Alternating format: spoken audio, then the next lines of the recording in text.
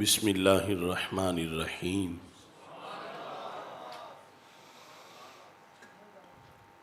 رب اشرح لی صدری ویسر لی امری واحلل عقدۃ من لسانی یفقہوا قولی۔ رضیت باللہ ربا وبالاسلام دینا وبمحمد صلی اللہ علیہ وسلم نبیا ورسولا۔ اللہ اکبر، اللہ اکبر، اللہ اکبر، لبیک لبیک لبیک یا رسول اللہ صلی اللہ علیہ وسلم۔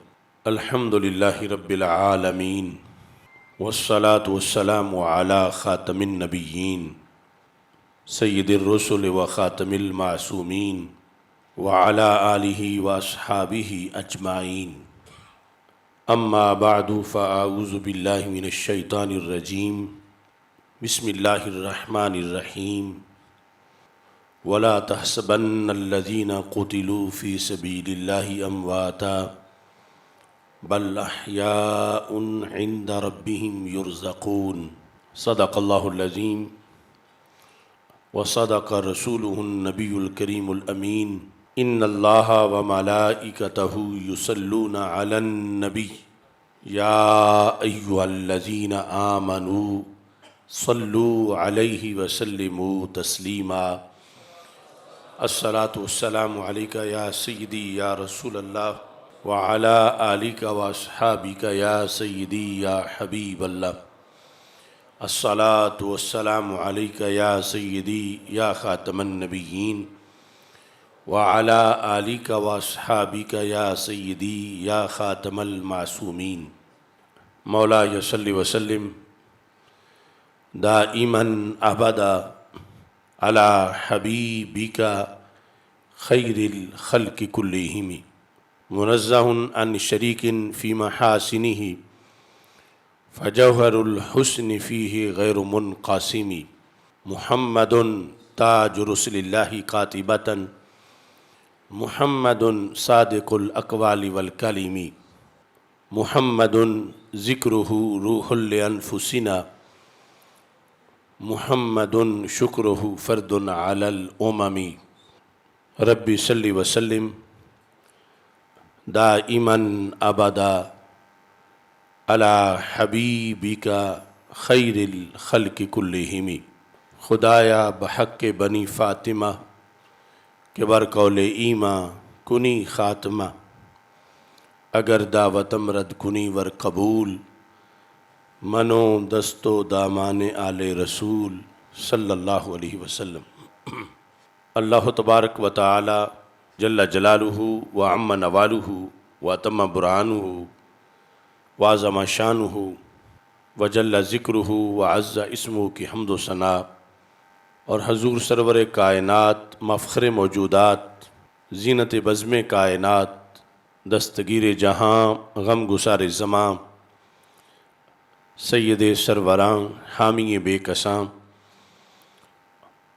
قائد المرسلین خاتم النبیین احمد مجتبیٰ جناب محمد مصطفیٰ صلی اللہ علیہ وآلہ واصحابہ وبارک وسلم کے دربار گہر بار میں ہدیہ درود و سلام عرض کرنے کے بعد السلام علیکم ورحمۃ اللہ وبرکاتہ۔ رب ذوالجلال کے فضل اور توفیق سے شہدائے احد رضی اللہ تعالی عنہم اور بالخصوص عم رسول صلی اللہ علیہ وسلم سید الشہداء اسد اللہ و اسد الرسول صلی اللہ علیہ وسلم حضرت سیدنا امیر حمزہ رضی اللہ تعالی عنہ کی یاد میں آج کی اس کانفرنس کا انعقاد کیا جا رہا ہے۔ میری دعا ہے خالق کائنات جل جلالہ شہدائے احد غازیان احد رضی اللہ تعالی عنہم کے مراکد پر کروڑوں رحمت نازل فرمائے، اور اللہ تبارک و تعالی ہمیں ان کے نقش قدم پہ چلنے کی توفیق عطا فرمائے۔ قرآن مجید برہان رشید میں رب ذوالجلال نے اسلام کی ان ہستیوں کو جنہوں نے اپنا خون دے کر شجر اسلام کی آبیاری کی، رب ذوالجلال نے انہیں حسین لفظوں میں یاد کیا، ان کے مقام و مرتبہ کو اجاگر کیا۔ شہدائے احد کے لحاظ سے خصوصی طور پر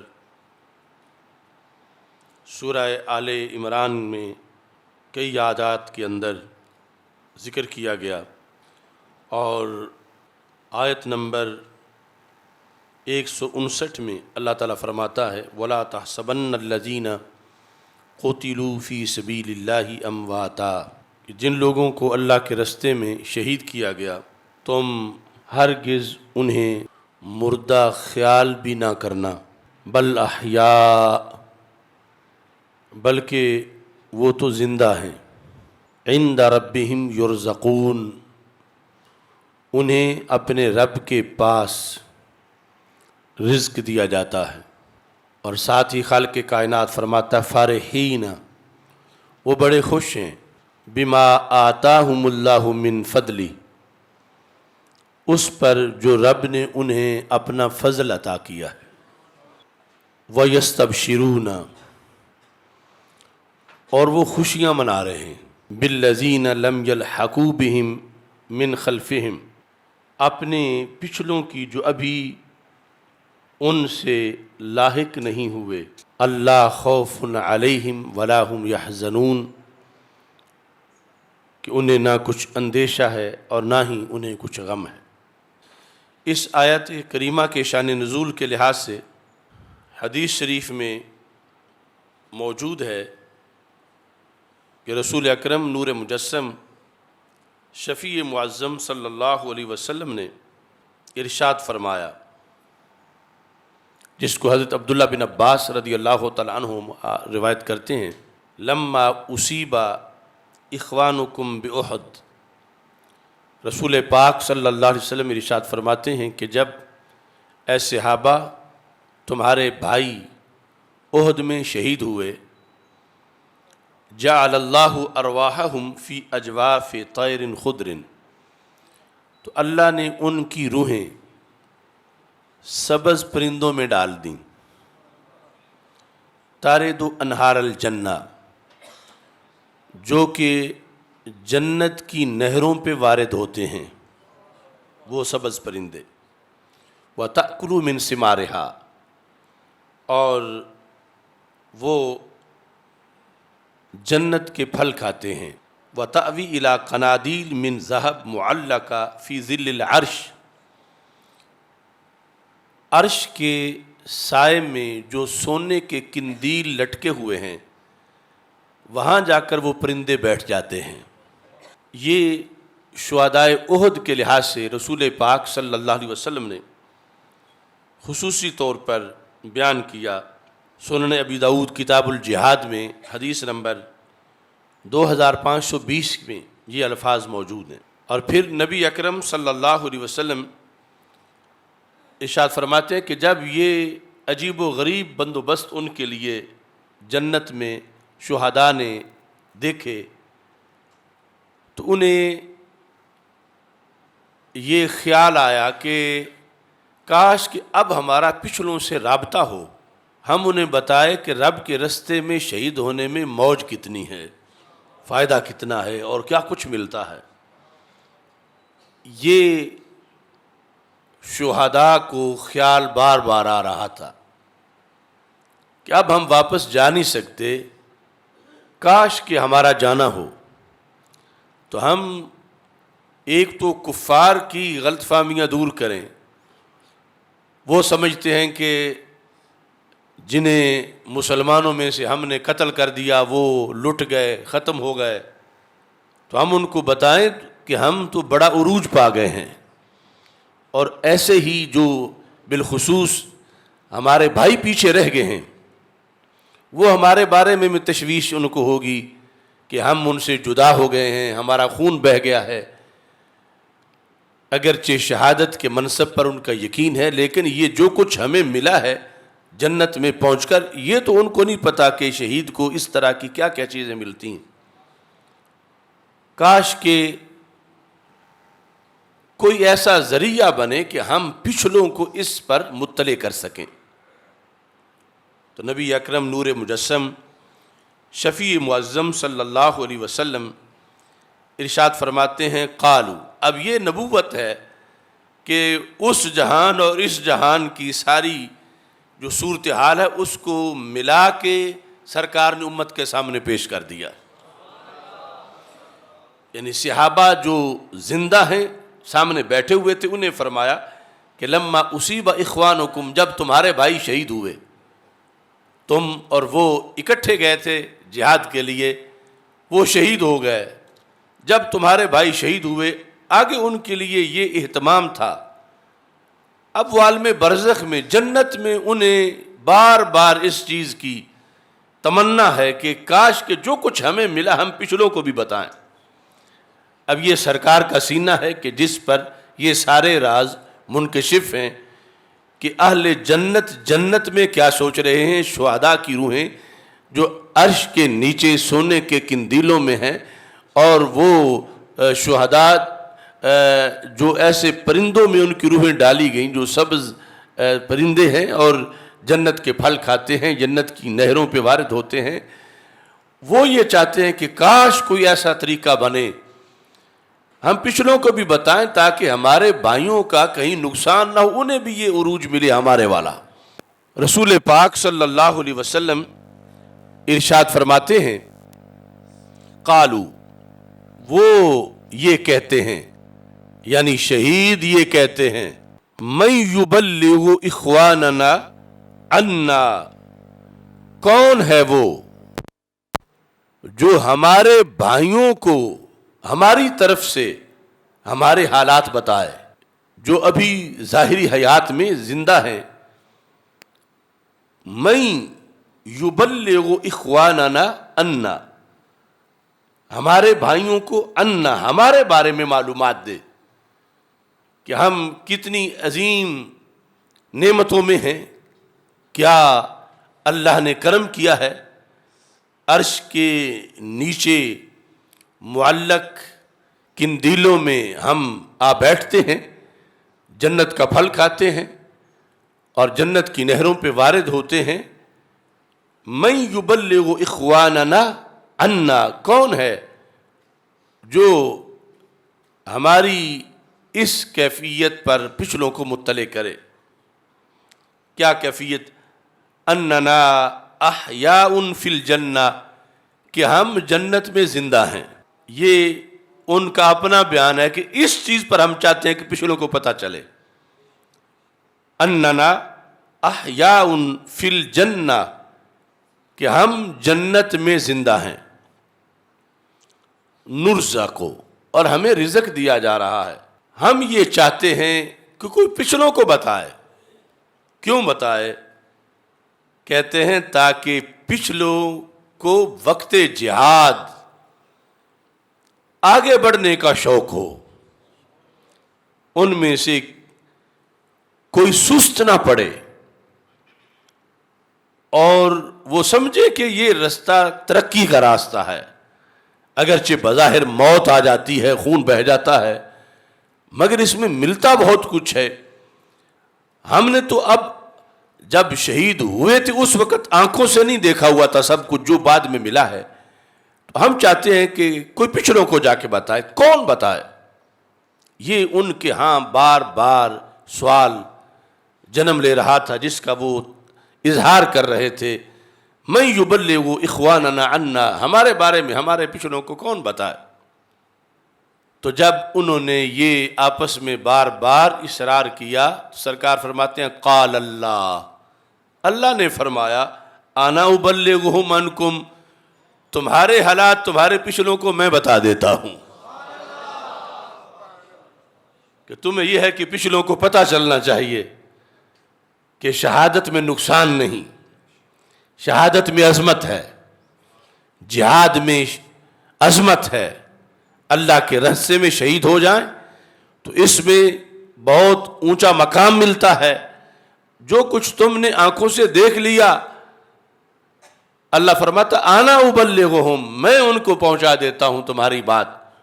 اس بنیاد پر پھر اللہ نے یہ آیات نازل کر دیں جو ابھی جن کا ترجمہ میں نے آپ کے سامنے پڑھ کے سنایا ہے کہ وہ خوش ہیں اور چاہتے ہیں کہ پچھلوں کو بھی پتہ چلے. تو خالق کائنات جل جلالہ نے پچھلوں کو نص قرآنی میں جس میں شک کی گنجائش نہیں مطلع کر دیا اور یہ فرما دیا کہ تم انہیں مردہ گمان بھی نہ کرو. مردہ کہنا تو دور کی بات ہے، وہ زندہ ہیں، وہ خوش ہیں اور وہ چاہتے ہیں کہ پچھلوں کو بھی اس خوشی کا پتہ چلے. تو میں نے ان کی خوشی اے بعد والو قیامت تک کے مسلمانوں تمہیں اس پر مطلع کر دیا ہے.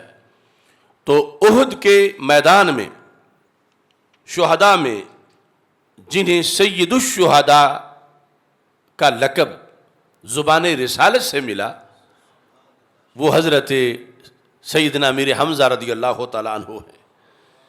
نبی اکرم نور مجسم شفیع معظم صلی اللہ علیہ وسلم کہ یہ چچا جن کی کنیت ابو عمارہ ہے اور دوسری ابو یعلا، کہ آپ کے دو بیٹے تھے، ایک کا نام عمارہ تھا عین کے ساتھ عمارہ اور دوسرے کا نام یعلا تھا. تو اس بنیاد پر حضرت امیر حمزہ رضی اللہ تعالیٰ عنہ کو ابو عمارہ بھی کہا جاتا تھا اور ابو یعلا بھی کہا جاتا تھا. آپ قریشی ہیں، ہاشمی ہیں، مکی بھی ہیں، مدنی بھی ہیں اور بدری ہیں اور پھر احد میں شہید ہونے والے ہیں. رسول اکرم صلی اللہ علیہ وسلم کے عظیم چچا بھی ہیں اور رضائی بھائی بھی ہیں.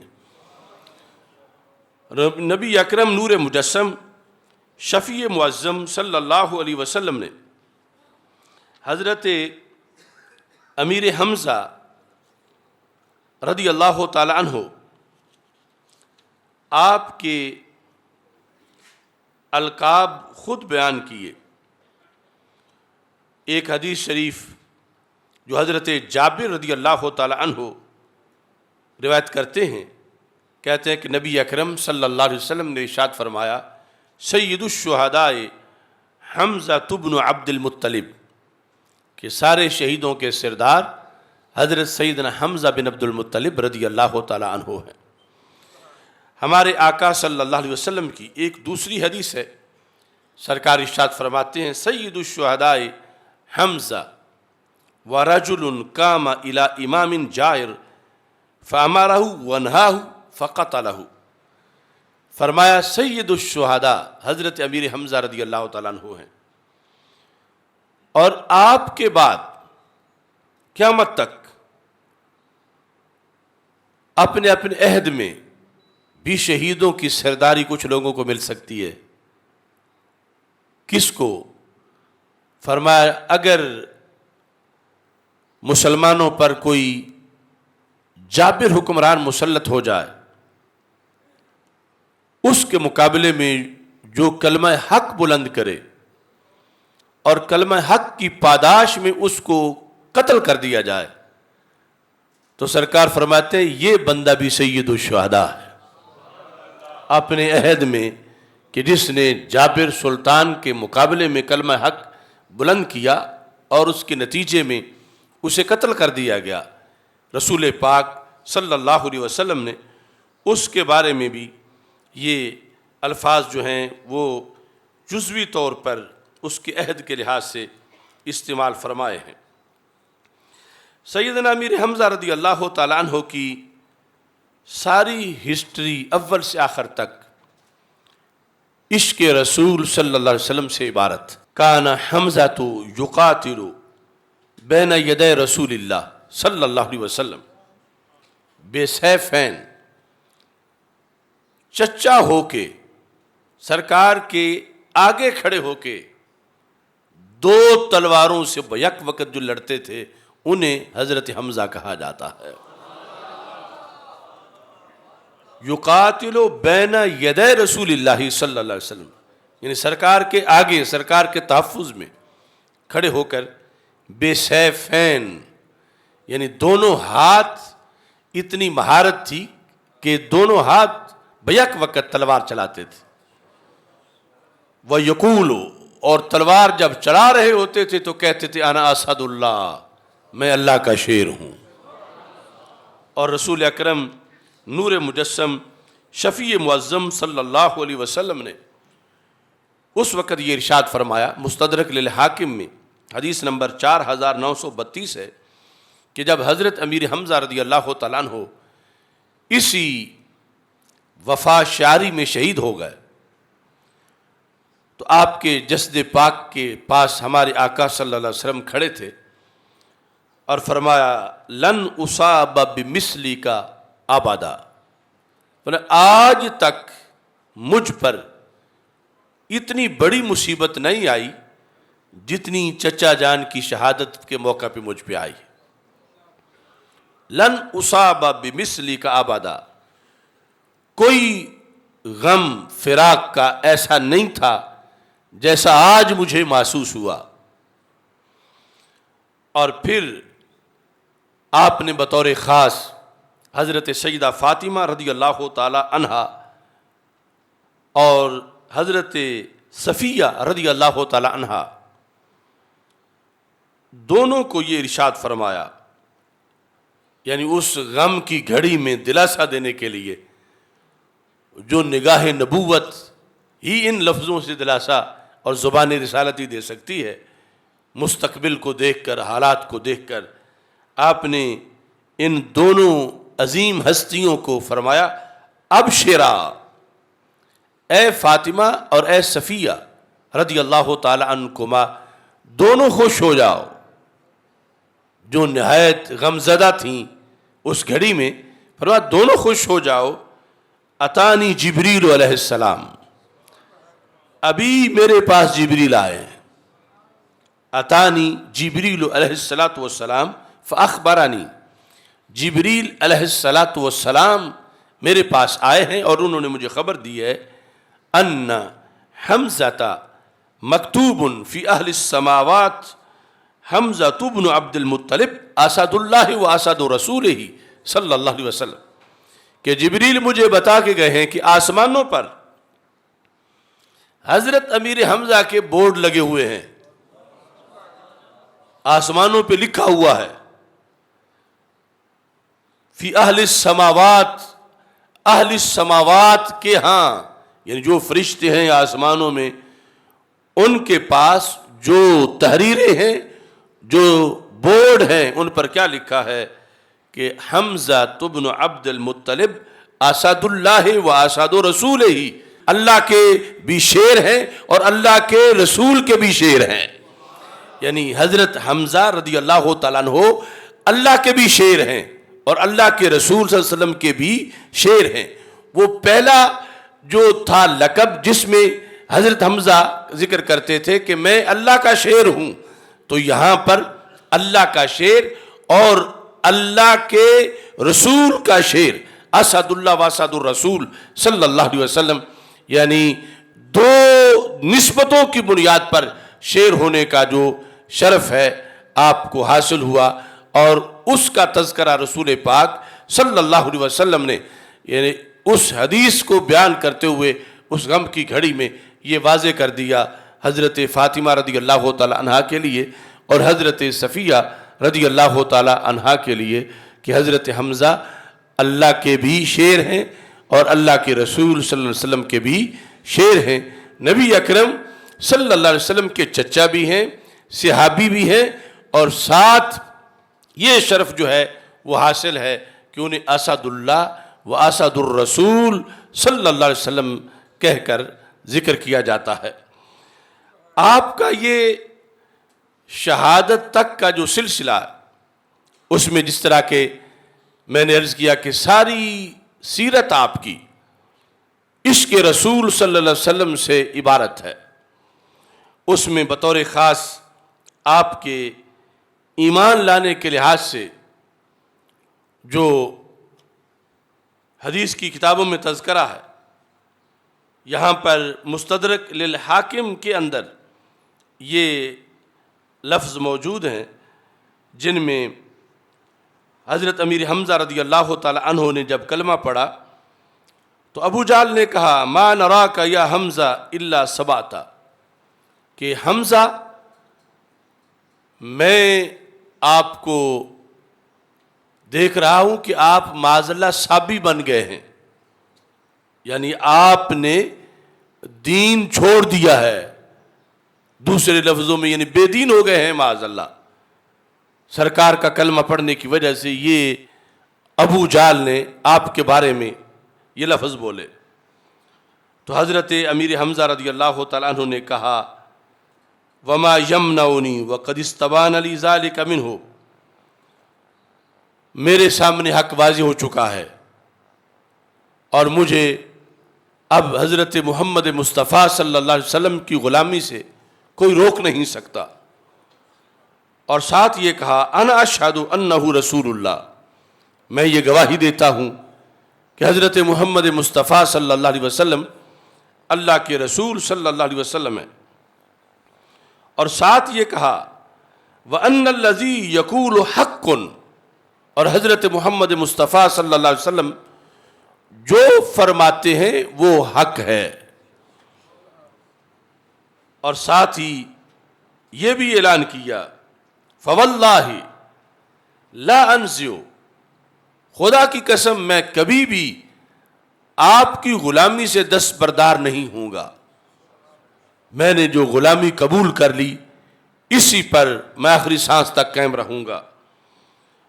اور ساتھ دھمکی بھی دے دی فَمْنَعُونِي إِن كُنتُمْ صَادِقِينَ، ابو جہل کے ساتھ پہلے دوستی بھی تھی اور وہ سارے جو سردار تھے آپ نے انہیں کہا کہ مجھے روک کے تم دیکھ لو اگر تم سچے ہو، اگر تم اپنے موقع میں سچے ہو تو مجھے روک کے تم دکھاؤ۔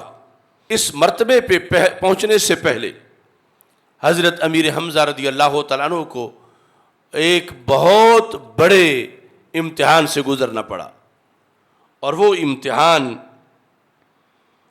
شیطان کے وہ حملے تھے جو مسلسل کلمہ پڑھنے کے بعد حضرت امیر حمزہ رضی اللہ تعالیٰ عنہ پر کیے جا رہے تھے۔ یہاں لکھا ہے فلما اسلم، جب آپ اسلام لائے، علمت قریش ان رسول اللہ صلی اللہ علیہ وسلم قد عز وامتنع وان حمزہ سیمنعہ، آپ کا کلمہ پڑھنا اس سے قریش پر ایک دھاک بیٹھ گئی، اور انہوں نے یہ جان لیا کہ اب رسول پاک حضرت محمد مصطفیٰ صلی اللہ علیہ وسلم پہلے کے مقابلے میں غالب ہو گئے ہیں،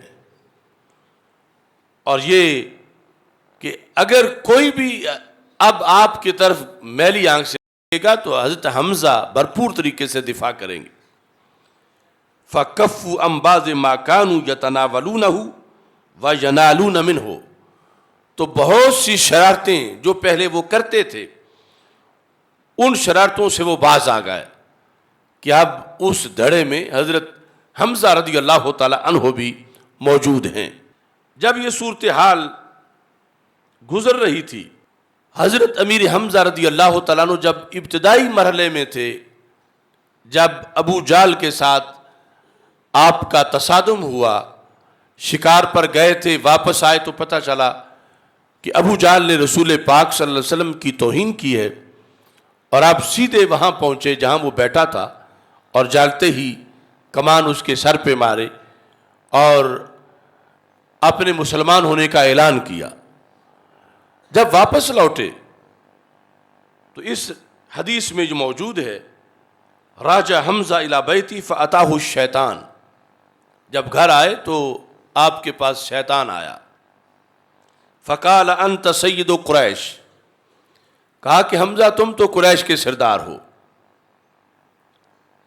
اتبعت ھذا الصابی، معاذ اللہ شیطان نے کہا کہ تم نے اس شخص کی پیروی کر لی ہے جو اپنا یہاں کا جو قریش کا دین ہے اس کو بدل چکا ہے اور اس دین پر نہیں، یعنی یہ تاثر دے رہا تھا کہ انہوں نے کوئی نیا کام کر دیا ہے اور اصل دین چھوڑ کے کوئی نئے دین کی یہ دعوت دے رہے ہیں اور تم ان کے پیروکار بن گئے ہو۔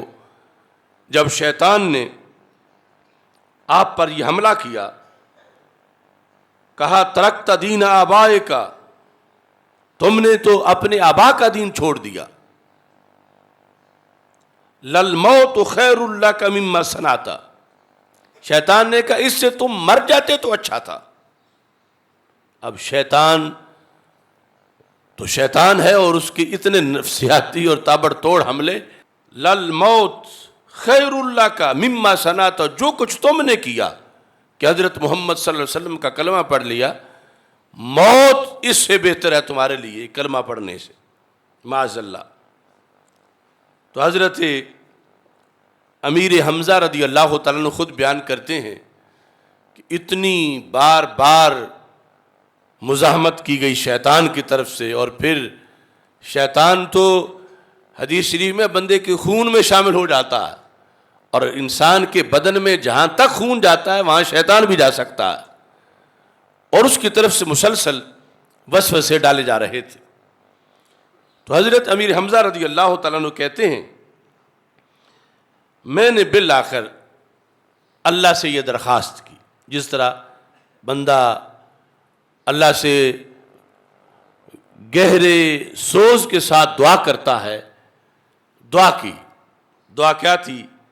اللہم ان کان رشدن فجل تصدیقہ فی قلبی.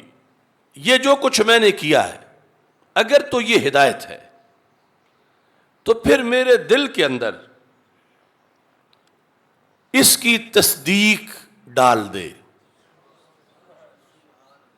فجل تصدیقہ فی قلبی وإلا فاجعل لی مما وقعت فیہ مخرجا. اور اگر یہ رشد نہیں تو پھر مجھے اس کیفیت سے نکال دے. یہ دعا کی. رات کا وقت تھا. فبات بلیلۃ لم یبت بمثلہا. ایک دن گزرا، دوسرا، اس طرح کی صورتحال میں بالآخر پھر ایک ایسی رات تھی کہ جس میں شیطان نے بہت تنگ کر لیا اور اس کے وسوسے بڑے تیز تھے. حتی اصبح، صبح تک یہ جنگ جاری رہی. کہتے ہیں فغدا علی رسول اللہ صلی اللہ علیہ وسلم. صبح ہوتے ہی سرکار کی خدمت میں چلے گئے. حضرت امیر حمزہ رضی اللہ تعالیٰ عنہ جب رسول پاک صلی اللہ علیہ وسلم کی خدمت میں پہنچے تو کہنے لگے ابن اخی، اے میرے بھتیجے، انی وقعت فی امر لا اعرف المخرج منہ. میں ایک ایسی گمبھیر صورتحال میں پڑ گیا ہوں کہ جس سے مجھے نکلنے کا کوئی رستہ معلوم نہیں ہو رہا کہ میں کیا کروں. اور یہ کہا کہ لا ادری ما ہوا ارشد ہوا ام غی شدید. مجھے یہ پتہ نہیں چل رہا کہ جو کچھ میں نے کیا ہے یہ ہدایت ہے یا شدید قسم کی گمراہی ہے. مجھے اس بارے میں معلوم نہیں ہو رہا، تو میرا علاج کرو. علاج کیسے ہے؟ حضرت امیر حمزہ رضی اللہ تعالیٰ عنہ کہنے لگے فحدثنی حدیثا. مجھے کوئی حدیث سناؤ. فحدثنی حدیثا، مجھے کوئی حدیث سناؤ. فقد،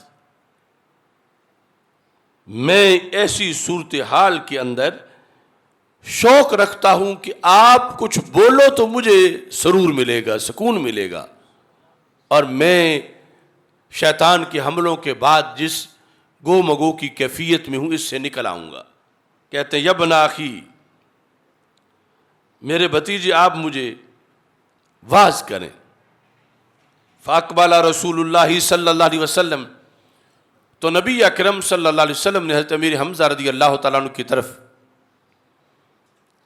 خصوصی توجہ کی. آگے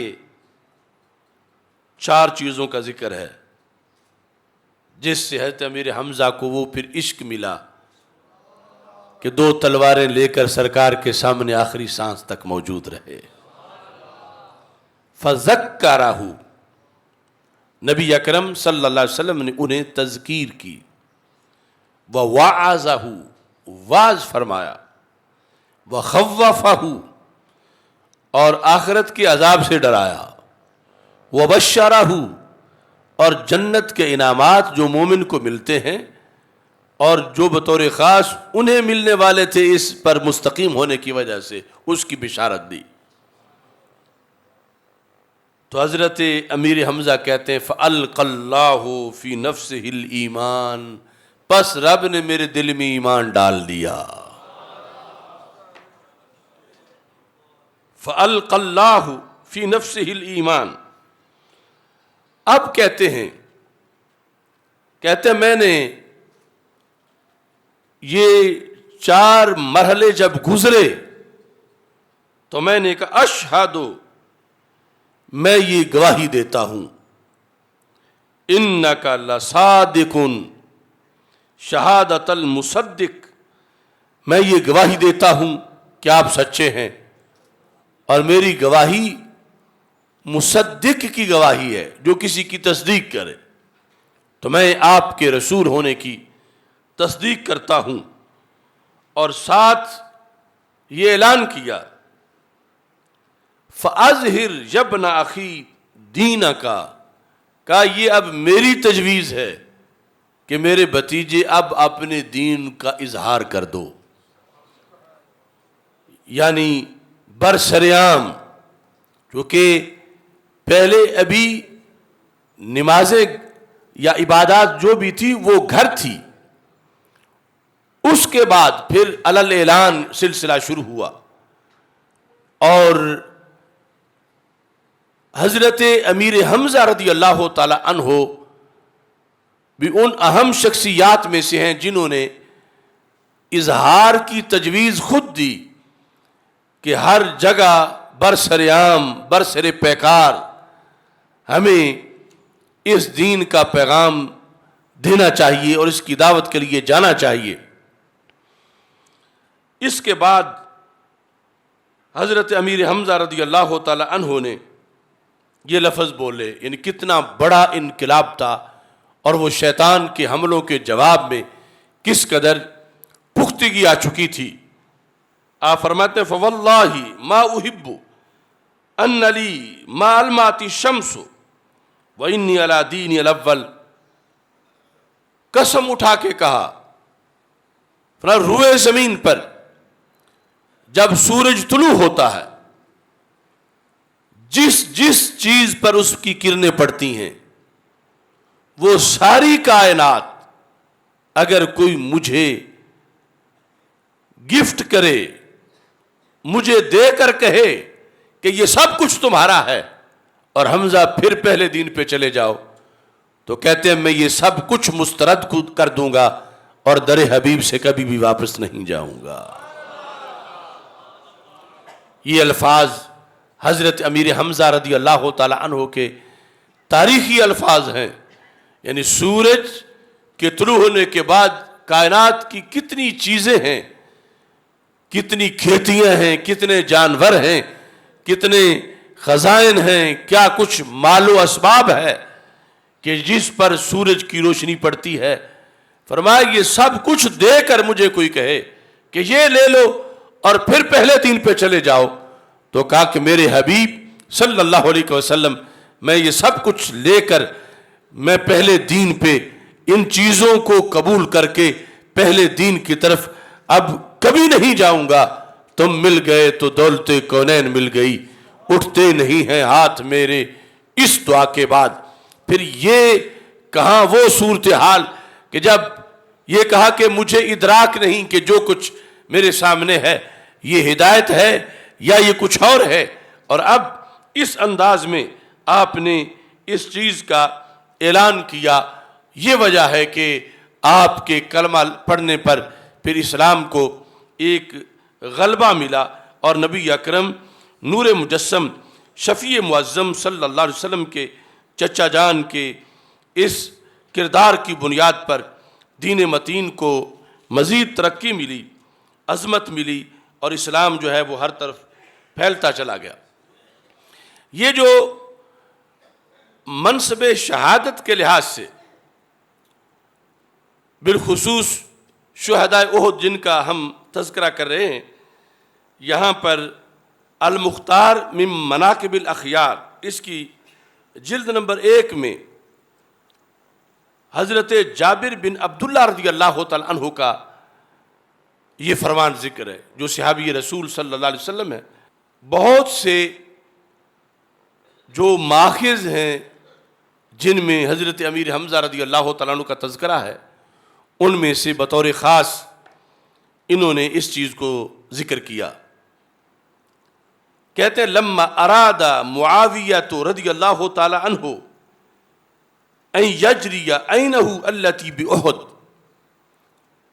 کہ جب حضرت امیر معاویہ رضی اللہ تعالیٰ عنہ نے اپنے عہد میں احد میں جو چشمہ تھا اس کو ایک چھوٹی سی نہر کی شکل دینے کا ارادہ کیا، اس ضرورت کی بنیاد پر کہ پانی کی قلت دور ہو، تو جو مدینہ منورہ میں آپ کی طرف سے عامل تھے، انہوں نے حضرت امیر معاویہ رضی اللہ تعالی عنہ کو یہ لکھ بھیجا، لا نستطیع ان نجریہا الا علی قبور الشہداء، کہ یہ اور کوئی طریقہ کار اس کا نہیں کہ اس چشمے کے پانی کو گزارا جا سکے، صرف وہ ایک ہی راستہ ہے جہاں شہداء کی قبریں ہیں، وہاں سے ہم گزار سکتے ہیں، لیکن اس کے لیے پھر شہداء کی قبریں منتقل کرنی پڑیں گی دوسرے مقام پر۔ آج کے حالات اور اتنی صدیوں کے گزر جانے کے باوجود تو سچویشن کئی طرح تبدیل ہوئی۔ اس کتاب میں لکھا ہے فکاتبہ، حضرت امیر معاویہ رضی اللہ تعالیٰ عنہ نے مدینہ منورہ کے جو اپنے گورنر تھے ان کو لکھا بشوہم، کہ جو مزارات ہیں، قبریں ہیں صحابہ کی، وہ بدلی جائیں۔ لکھا ہے حضرت جابر کہتے ہیں فرأیتہم، میں ان لوگوں میں موجود تھا کہ جب شہدائے احد کے اجساد خاکی قبور سے نکالے گئے اور انہیں دوسری جگہ منتقل کیا گیا، رأیتہم یحملون علی اعناق الرجال، لوگوں کی گردنوں کے اوپر ان کے جسم اٹھائے جا رہے تھے، کأنہم قوم نیام، جیسے سوئے ہوئے لوگ ہوتے ہیں۔ یعنی کہاں وہ غزوہ احد، کہاں دور امیر معاویہ رضی اللہ تعالیٰ عنہ، کأنہم قوم نیام، وہ یوں لگ رہے تھے کہ جیسے سوئے ہوئے ہیں، جسم سب کے سلامت تھے اور تازہ تھے۔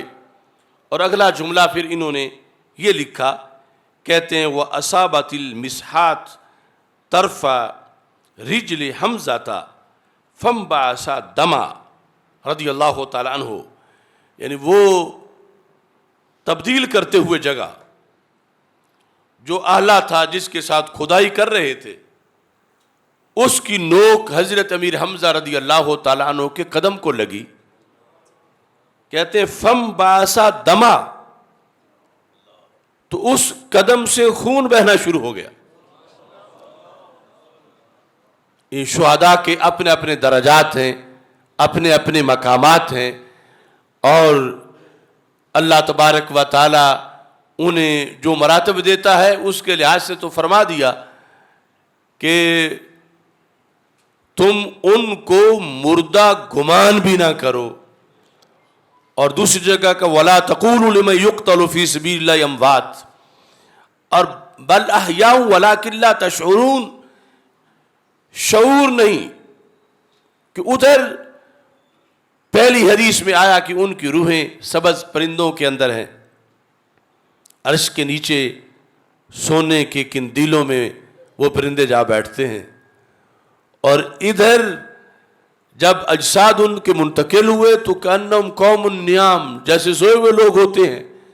اور صرف ایک یہی نہیں، یعنی ایسی بہت سی مثالیں یہ تو ابھی تھوڑا وقت گزرا تھا، صدیاں گزرنے کے بعد بھی ایسا جب ہوا تو اس کے شواہد بھی کتب حدیث میں، سیرت میں، تراجم میں، تذکروں میں موجود ہیں۔ تو یہ وہ حیات ہے کہ جو ہماری عقلوں سے ورا ہے۔ حضرت سیدنا امیر حمزہ رضی اللہ تعالی عنہ کے لحاظ سے باقی شہداء کے مقابلہ میں ایک جو خصوصیت سامنے آئی، جس کو اسد الغابہ فی معرفت الصحابہ ابن الاسیر نے اس کو ذکر کیا، لکھا ہے کہ 607 صفحے پر، کان حمزہ رضی اللہ تعالی عنہ اول شہید صلی علیہ رسول اللہ صلی اللہ علیہ وسلم، کہ حضرت امیر حمزہ رضی اللہ تعالی عنہ وہ پہلے شہید تھے جن کی رسول پاک صلی اللہ علیہ وسلم نے نماز جنازہ ادا فرمائی۔ کیونکہ فقہی طور پر کچھ ائمہ کا یہ موقف ہے کہ شہید کی نماز جنازہ ہوتی نہیں، اسے نہ غسل دیا جاتا ہے اور نہ اس کا جنازہ پڑھا جاتا ہے۔ تو یہ پہلے کا معاملہ تھا بدر میں۔ اس سے پہلے جب شہید کے جنازے کا حکم سرکار نے رائج کیا کہ شہید کا جنازہ پڑھا جائے، اس وقت سب سے پہلے شہید کہ جن کی نماز جنازہ رسول اکرم نور مجسم شفیع معظم صلی اللہ علیہ وسلم نے خود ادا فرمائی، یہ اعزاز بھی حضرت حمزہ رضی اللہ تعالیٰ عنہ کا ہے، جو ابن الاسیر نے یہ اس مقام پر اسد الغابہ میں اس کو ذکر کیا ہے۔ سیدنا امیر حمزہ رضی اللہ تعالی عنہ کی زندگی کا خلاصہ عشق رسول صلی اللہ علیہ وسلم ہے۔ اسی تحریک پر 14 صدیوں کے اندر عاشقان رسول صلی اللہ علیہ وسلم اپنا اپنا کردار ادا کرتے رہے۔ اعلیٰ حضرت فاضل بریلوی قدس سر العزیز اس لیے ہی فرماتے ہیں، حسن یوسف پہ کٹی مصر میں انگشت زنا، سر کٹاتے ہیں تیرے نام پہ مردان عرب، سر کٹاتے ہیں۔ ادھر تو ایک بار ایسا ہوا، ادھر سر کٹاتے ہیں تیرے نام پہ مردان عرب، سر کٹاتے ہیں تیرے نام پہ مردان عرب۔ ہر دن جب نمودار ہوتا ہے تو نیا قافلہ غازیوں کا تیار ہوتا ہے، اور رسول پاک صلی اللہ علیہ وسلم کی عزت و ناموس پر اپنے آپ کو قربان کر دیتے ہیں۔ انہی غازیوں میں ایک غازی عامر عبد الرحمن چیمہ ہیں، جو ہٹلر کے دیش میں بھی اپنا لوہا منوا ہے، اور اس مادی دنیا میں اپنی ابھرتی جوانی رسول اکرم نور مجسم شفیع معظم صلی اللہ علیہ وسلم کی عزت و ناموس پر قربان کی، اور یہ واضح کیا شراب عشق احمد میں کچھ ایسی کیف و مستی ہے کہ جان دے کر بھی ایک دو بوند مل جائے تو سستی ہے۔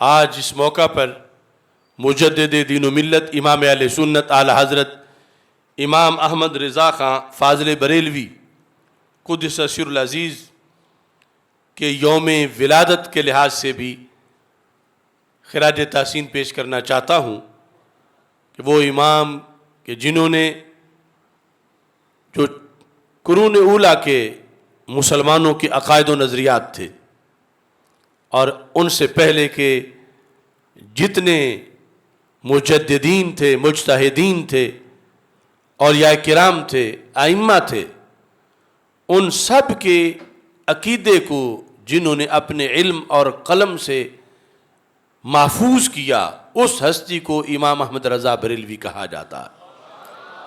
آپ نے ہرگز کوئی نیا مسلک نہیں گھڑا۔ آپ کی طرف جو مسلک کی نسبت کی جاتی ہے، مسلک اعلی حضرت یا فکر رضا، تو اس کا یہ مطلب ہے کہ جب ہر طرف سے امت کے سواد اعظم کی عقیدہ کو، جو پہلی ساری صدیوں کا سچا عقیدہ تھا، اس کو لوٹنے کی کوشش کی جا رہی تھی اور اس پہ حملے کیے جا رہے تھے، تو جس شخص نے تنے تنہا ہر لٹیرے کا جواب دیا اور دین کی متاع کو محفوظ کیا، اسے امام احمد رضا بریلوی کہا جاتا ہے۔ اس حفاظت کی بنیاد پر آپ کی طرف مسلک کی نسبت کی جاتی ہے۔ مسلک وہی جو صحابہ سے آیا رضی اللہ تعالیٰ عنہ، مسلک وہی جو اہل بیت اطہار رضی اللہ تعالیٰ عنہم سے آیا، مسلک وہی جو قرآن و سنت سے پیغام دیا گیا، مسلک وہی جو پہلے مجدد اور مجتہد بیان کرتے رہے۔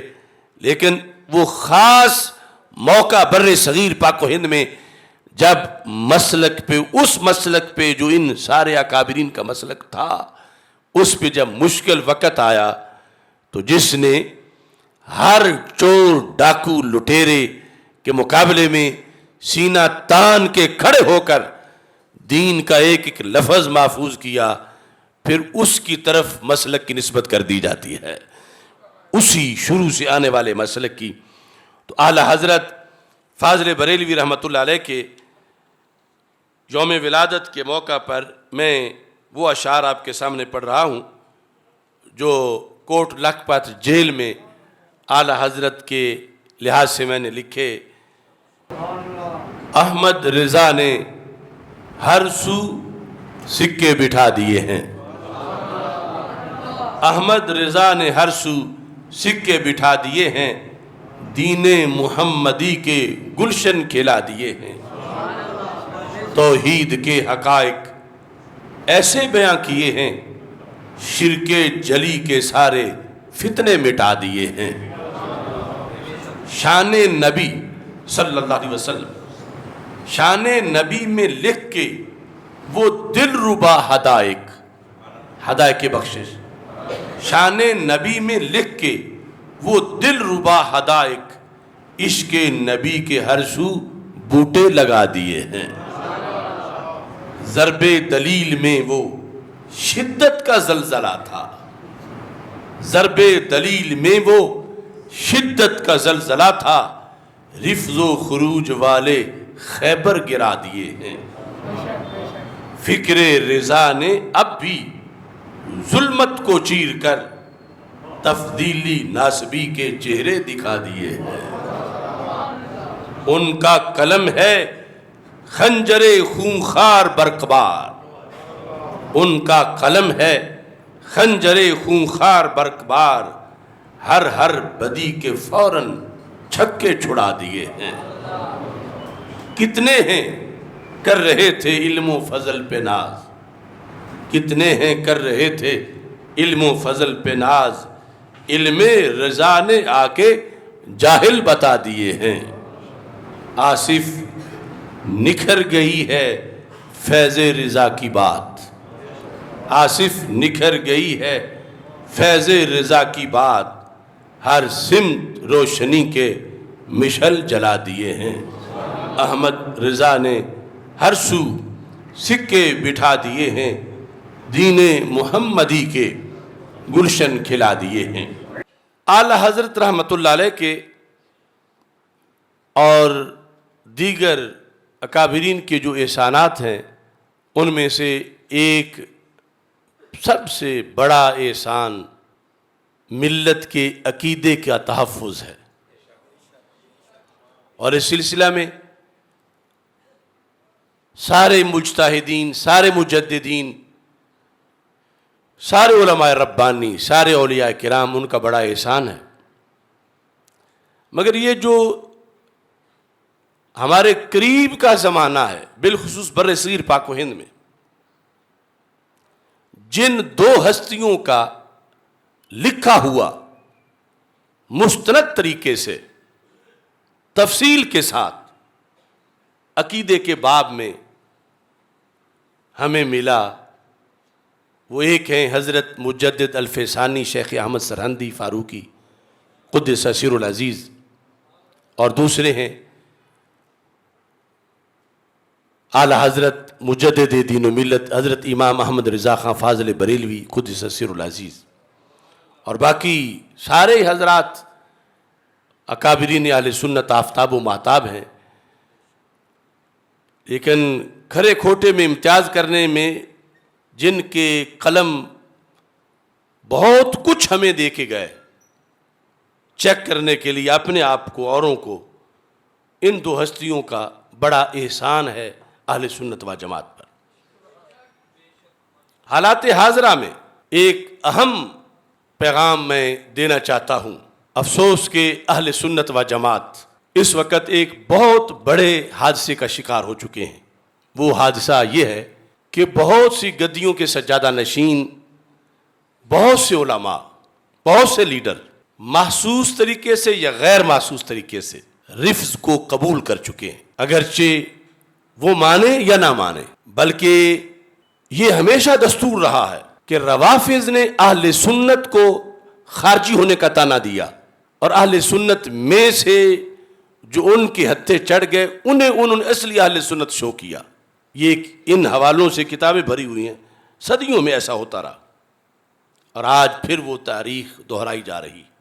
اس کا ایک ثبوت یہ جو 15 مئی کو سنی کانفرنس کے نام سے اجتماع ہو رہا ہے، یہ دو جماعتیں، جماعت اہل سنت اور مرکزی جماعت اہل سنت، ان کا آپس میں جھگڑا ہی عقیدے کا تھا، اور اب دونوں ایک غیر سنی سوچ پہ متحد ہیں اور ایک جگہ اکٹھے ہو رہے ہیں۔ میں اس وقت تفصیل میں نہیں جانا چاہتا، لوگ بھی پریشان ہیں کہ اب جن کے ہم ہاتھ چومتے تھے، جن کے ہم دست پہ بیعت تھے، جن کے ہم شاگرد ہیں، ہم کیا کریں، ہم کدھر جائیں؟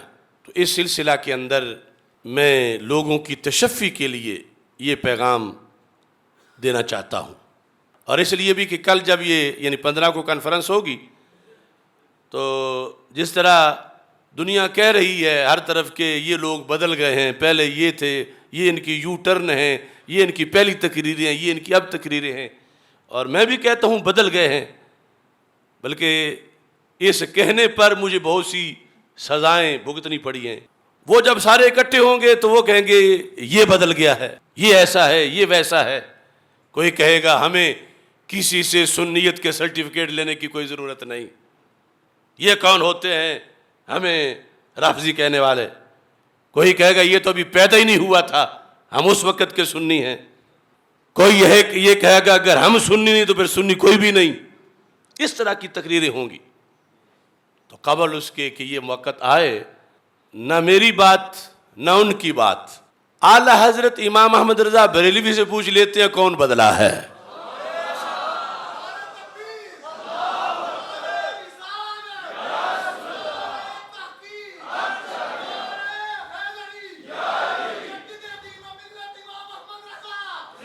حضرت مجدد الفیسانی رحمۃ اللہ علیہ سے پوچھ لیتے ہیں کون بدلا ہے۔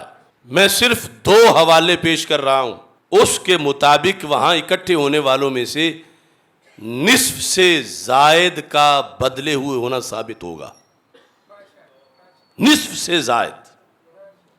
اگرچہ وہ جو اکٹھے ہو رہے ہیں، جس فکر پر انہوں نے ایک نیا انداز گھڑا ادب اہل بیت کا، وہ خود اس کے مطابق اکثریت ان میں سے اس تازہ گھڑی ہوئی فکر کی روشن میں خود توہین اہل بیت کی مرتکب بھی ثابت ہو رہی ہوگی۔ کیسا اجتماع ہوگا معاذ اللہ، جس میں مختار ثقفی جیسے دجال کذاب نبوت کے دعوے دار کی عقیدت مند بھی بیٹھے ہوں گے۔ کیسی سنی کانفرنس ہوگی جس میں حضرت سیدنا امیر معاویہ رضی اللہ تعالی عنہ کو بار بار بھونکنے والے بھی بیٹھے ہوں گے۔ کیسی سنی کانفرنس ہوگی جس میں اہل سنت ہونے کی یہ جو بہت بڑی نشانی ہے کہ یہ قطعی عقیدہ رکھتے ہیں کہ امت میں صحابہ میں سب سے پہلا نمبر صدیق اکبر رضی اللہ تعالیٰ عنہ کا ہے، اس سے بغاوت کرنے والے بیٹھے ہوں گے۔ کیسی سنی کانفرنس ہوگی جس میں امام اعظم ابو حنیفہ کی بیان کردہ سنی کی شرائط کی خلاف ورزی کی جا رہی ہوگی۔ ایسا ایک گھڑا گیا ہے عقیدہ جس میں مولا علی رضی اللہ تعالی عنہ کو سرکار کی وساطت سے نہیں، علیحدہ مستقل طور پر ماننے جاننے کے لحاظ سے رافضی سوچ دی گئی۔ یہ پوچھیں گے، آج لوگ پوچھتے ہیں یہ کیوں رافضی بن گئے، کیوں رافضی بن گئے، کیوں رافضی ہوئے، کس بیس پہ ہوئے؟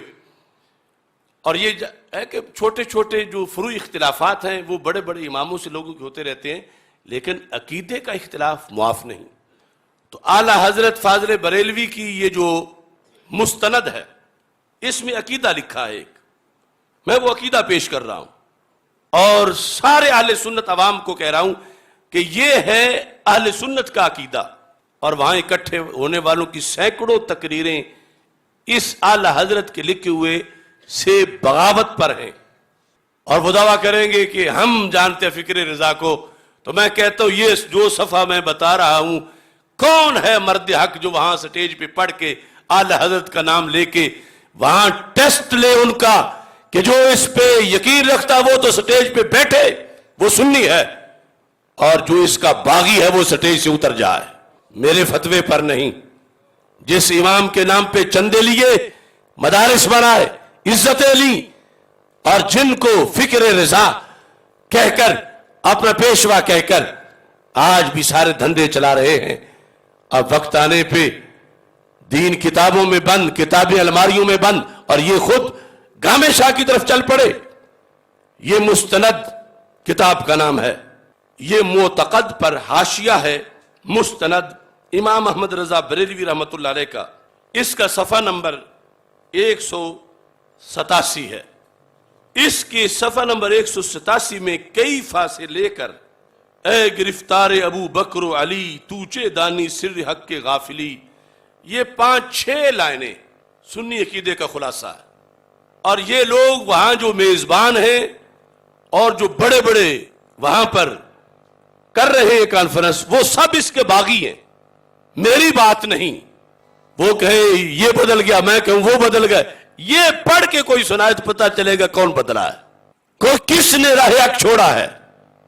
عبارت میں پڑھ دیتا ہوں، کیف ولیس حب الصحابۃ لذواتہم ولا حب اہل البیت لانفسہم بل حبہم جمیعا لفصلاتہم برسول اللہ صلی اللہ علیہ وسلم، فمن احب رسول اللہ صلی اللہ علیہ وسلم واجب ان یحبہم جمیعا، ومن ابغض بعدہم ثبت انہ لا یحب رسول اللہ صلی اللہ علیہ وسلم، فلا نفرق بین احد منہم کما لا نفرق بین رسول ربنا صلوات اللہ وسلام علیہم، ومن احب ابا بکر ولم یحب علی کالنواسب والخوارج علم انہ انما یحب ابن ابی قحافہ لا خلیفۃ رسول اللہ صلی اللہ علیہ وسلم وحبیبہ وصاحبہ، ومن احب علیا ولم یحب ابا بکر کالروافد علم انہ انما یحب ابن ابی طالب لا اخا رسول اللہ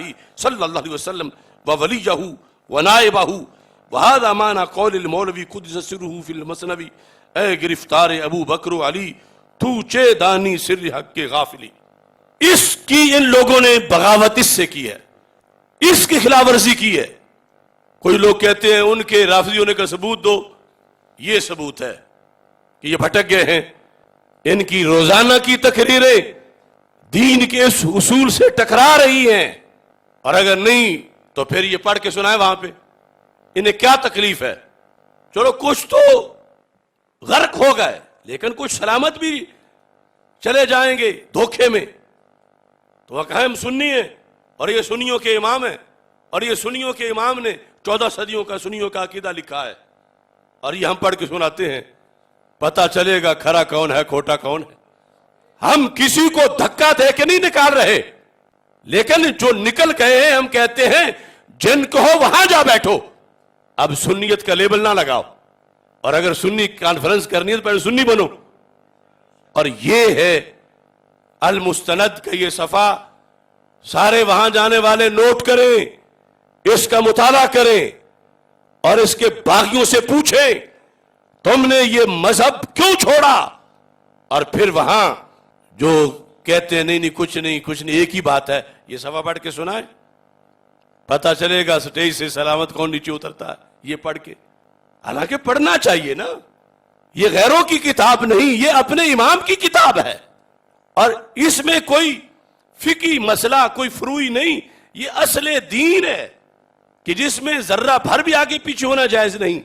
میں جانتا ہوں کوئی تقریر کرے گا ہم فکر مجدد الفسانی سے انچ آگے بھی نہیں انچ پیچھے بھی نہیں، ہم فکر رضا سے انچ آگے بھی نہیں انچ پیچھے بھی نہیں، تو میں کہتا ہوں بالکل نہیں، تو یہ پڑھ کے سناؤ، دھاندلی نہیں ہونے دیں گے۔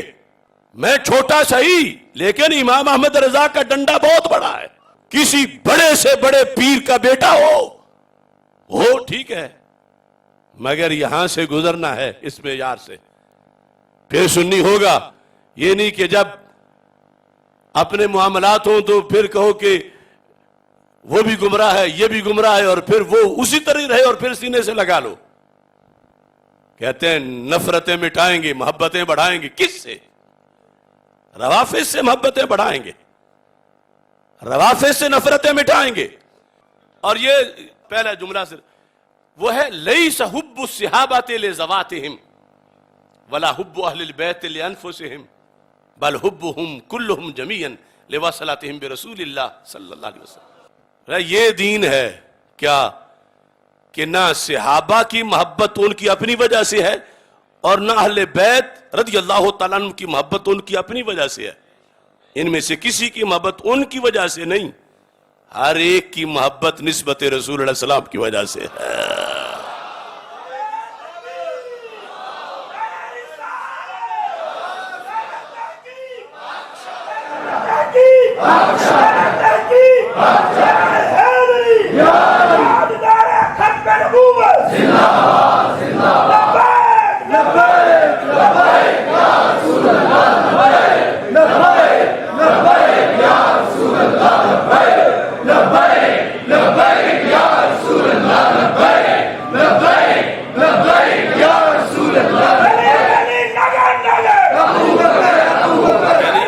بتا رہے ہیں کہ حضرت مولا علی رضی اللہ تعالیٰ عنہ کی محبت لازم ہے، مگر ان کی وجہ سے نہیں، رسول پاک علیہ السلام کی وجہ سے، سرکار کے صدقے، سرکار کے وسیلے سے۔ اور ایسے ہی حضرت صدیق اکبر رضی اللہ تعالیٰ عنہ کی محبت لازم ہے، ان کی وجہ سے نہیں، سرکار کے صدقے، سرکار کی وساطت سے۔ اور ہر صحابی کا کہا کہ حضرت امیر معاویہ رضی اللہ تعالیٰ عنہ کی محبت لازم ہے، یہ نہیں کہ بنی امیہ کے تھے فلاں خاندان تھا، نہیں، سرکار کی وجہ سے۔ اور ان کا بغض منافقت ہے، کس بنیاد پر؟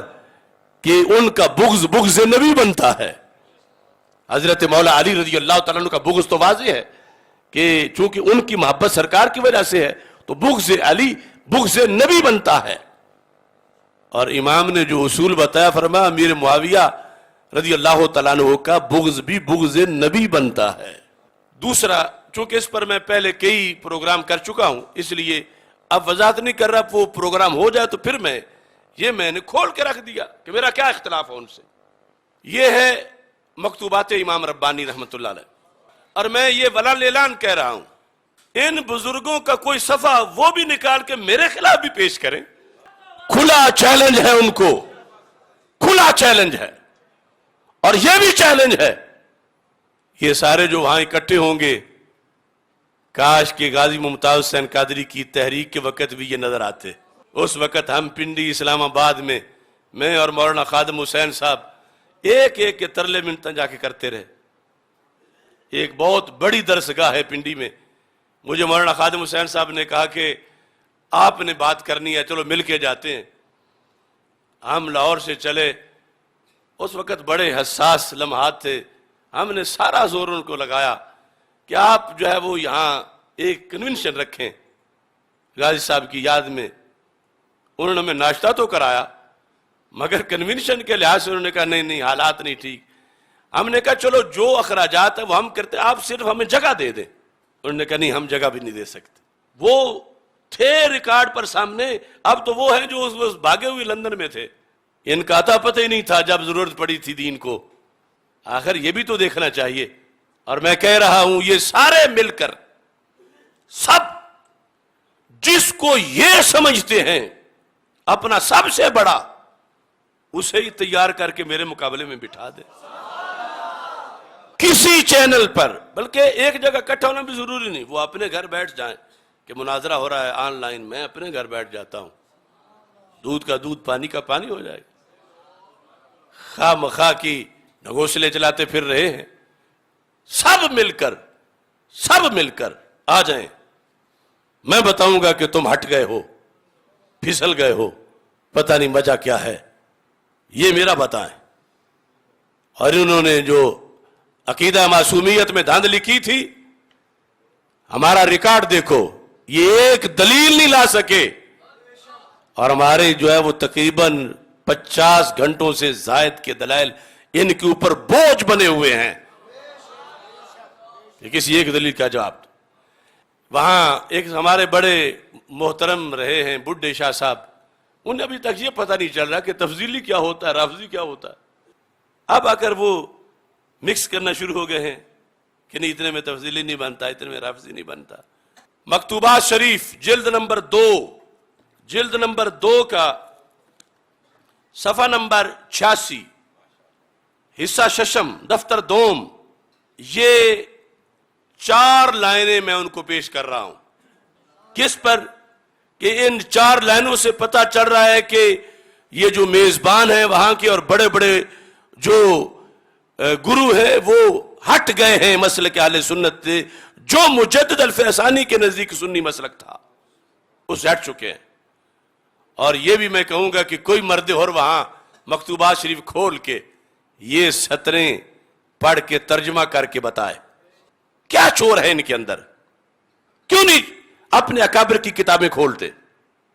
میں نے بتا جو دیا, اتنی لمبی چوڑی تمہیں حوالے مکتوبات میں غوطے لگانے کی ضرورت نہیں. یہ سامنے صفحہ ہے اور میں کہہ رہا ہوں تم باغی ہو.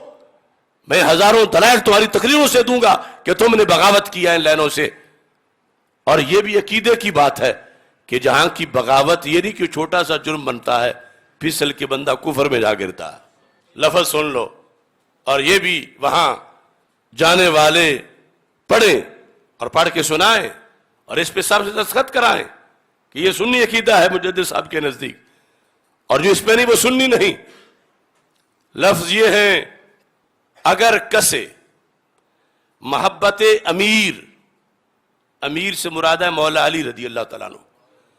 اگر کسے محبت امیر را استقلالن اختیار کند, استقلالن, اگر کوئی بندہ حضرت علی رضی اللہ تعالیٰ عنہ کی محبت کو استقلالن اختیار کرے, مستقل, انہیں مستقل سمجھ کے, یعنی اس میں رسول پاک صلی اللہ علیہ وسلم کی وساطت کا دخل نہ ہو, وسیلے کا دخل نہ ہو, یعنی سرکار سے ہٹ کر اپنے طور پر.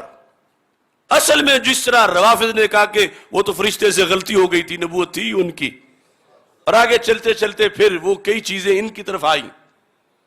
مجدد صاحب لکھتے ہیں اگر کسے محبت امیر استقلالن اختیار کند وہ حب حضرت پیغمبر صلی اللہ علیہ وسلم را درا مدخل نہ دے حد, اور سرکار کی محبت کو درمیان میں دخل نہ دے, سرکار سے علیحدہ علیحدہ, سرکار سے ہٹ کے اپنے طور پر مولا علی رضی اللہ تعالیٰ عنہ کو مستقل مانے. ابھی اعلیٰ حضرت کا سنا کہ ان میں سے کسی کی محبت بھی ان کی وجہ سے نہیں سرکار کی وجہ سے ہے. وہی بات مجدد صاحب کر رہے, اور کر یہ حدیث کی وجہ سے, آگے حدیث بھی ذکر کی ہے. تو کہتے ہیں وحب حضرت پیغمبر رضی اللہ تعالیٰ عنہ را درا مدخل نہ دہد از مبحث خارج است. فرماتے ہیں ایسا بندہ تو منہ لگانے کے لائق ہی نہیں، وہ بات سے ہی خارج ہے کہ ہم سنیوں کی بات کر رہے ہیں، یہ تو سنی نہیں ہے، از مبحث خارج است۔ پھر وقابل مخاطبت نہ، یہ ترجمہ ہے منہ لگانے کے قابل ہی نہیں، اس سے تو گفتگو ہی نہیں کرنی چاہیے۔ اب مولا علی کو مانتا ہے لیکن سرکار سے ہٹ کے، سرکار کے صدقے نہیں، سرکار کی نسبت سے نہیں، سرکار کے وسیلے سے نہیں، انہیں مستقل سمجھ کے مانتا ہے۔ تو مجدد صاحب کہتے ہیں یہ تو ایسا ہے کہ اس سے تو گفتگو ہی نہیں کرنی چاہیے۔ کیوں؟ کہتے ہیں غرض او ابطال دین است۔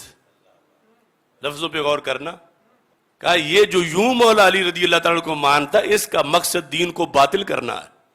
غرض او ابطال دین است، غرض او ابطال، یہ جھگڑا ہے۔ آج اس چیز کو وہ کہتے ہیں حب علی ہے، میں کہتا ہوں حب علی نہیں ہے، جو تم مستقل مان رہے ہو اور دلیلیں اٹھا اٹھا کے بتاتے ہو، تمہیں پتہ ہی نہیں کہ مولا علی کو مستقل مانے سرکار کو چھوڑ کے۔ تو مجدد صاحب نے کہا غرض او ابطال دین است، ایسے لوگوں کا مقصد دین کو باطل کرنا ہے۔ وہ ہدم شریعت، یہ شریعت کو منہدم کرنا چاہتے ہیں، ہدم، انہدام۔ اور ساتھ کیا ہے؟ کہتے ہیں یہ لوگ کیا چاہتے ہیں جو اس طرح مانتے ہیں مستقل طور پر، کہ می خواہد کہ بے توسط حضرت پیغمبر علیہ وعلی علی الصلاۃ والسلام راہ اختیار کند۔ یہ بندہ جو مستقل مانتا ہے مولا علی رضی اللہ تعالیٰ عنہ کو، یہ بے توسط حضرت پیغمبر، سرکار صلی اللہ علیہ وسلم کے توسط کے بغیر، سرکار کے توسط کے بغیر یہ کوئی رستہ بنانا چاہتا ہے۔ لفظ سنو کہ بے توسط حضرت پیغمبر علیہ وعلی علیہ الصلاۃ والسلام راہ اختیار کند و از محمد بعلی گراید صلی اللہ علیہ وسلم۔ یہ محمد سے یعنی انہیں چھوڑ کے علی کی طرف آ رہا ہے۔ اگر مستقل مانے مولا علی رضی اللہ تعالیٰ عنہ کو تو کوئی غلطی ہے، چھوٹی ہے، صرف خلاف اولا ہے، اس سے کیا ہوتا ہے؟ آخر مولا علی کو ہی مان رہے ہیں نا، اگرچہ مستقل مان رہے ہیں، سرکار کو چھوڑ کے سرکار کا وسیلہ توسط درمیان میں نہیں مان رہے، تو کیا ہوتا ہے اس سے؟ مجدد صاحب فرماتے ہیں ہوا عین الکفر، اس کو انہوں نے محبت اہل بیت بنایا ہوا ہے اور مجدد صاحب عین کفر کہہ رہے ہیں۔ چلو دوسرا ٹولہ تو جو کچھ ہے وہ ہے، یہ اپنے آپ کو سنی کہلانے والے، انہیں پتہ نہیں کہ ماننا کیسے ہے مولا علی رضی اللہ تعالیٰ عنہ کو۔